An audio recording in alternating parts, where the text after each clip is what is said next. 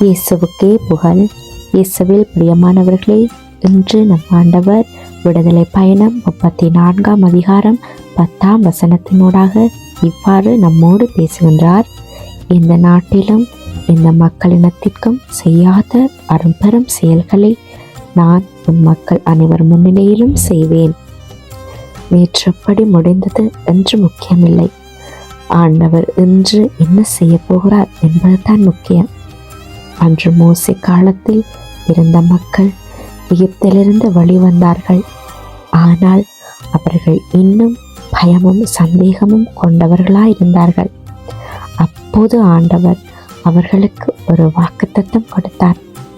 நான் உங்களோடு இருக்கிறேன், நான் அதிசயங்களை செய்வேன் என்று. இன்று நம்முடைய வாழ்க்கையிலும் அன்று இஸ்ரவேலரோடு இருந்த தேவன் நம்மோடும் இருக்கிறார். நாம் சில நேரங்களில் நினைக்கக்கூடும், இது முடியாது, இது மாறாது என்று. ஆனால் ஆண்டவர் சொல்லுகிறார், நான் புதிய காரியங்களை செய்வேன். ஆண்டவர் நமக்கு வாக்கு கொடுக்கிறார். அவருடைய வல்ல செயல்களால் எங்களோட குடும்பத்தில் ஒரு மாற்றம் வரலாம். பிள்ளைகளோட படிப்பில் ஒரு முன்னேற்றம் இருக்கலாம். எங்களோட தொழில் துறையில் எழுச்சி ஏற்படலாம். எங்களோட மனசுக்குள்ள அமைதி வரலாம். நாங்கள் நம்புவோம், அவரை முற்ற முழுவதுமாக நம்பி விசுவசிப்போம். நீங்கள் எதிர்பார்க்காத இடத்துல கூட ஆண்டவர் அதிசயங்களை செய்ய வல்லவராய் இருக்கிறார்.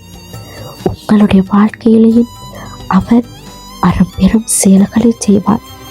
உங்களோட தோல்வி வெற்றியாக மாறும், கவலை சாட்சியாக மாறும், கண்ணீர் சந்தோஷமாக மாறும்.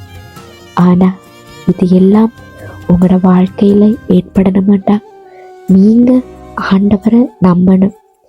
நிச்சயமாக அதிசயங்களை அவர் உங்கள் கண்கள் காணும்படியாக செய்வார். நேற்று எப்படி இருந்தாலும் பரவாயில்லை, இன்று புதிய ஆரம்பத்தை ஆண்டவர் உங்களுக்கு தரப்போகிறார். விசுவசிங்க, நம்புங்க, மனதார அவரை ஏற்றுக்கொள்ளுங்க, அவர் வழி நடக்க முயற்சி செய்யுங்க. ஆமேன்.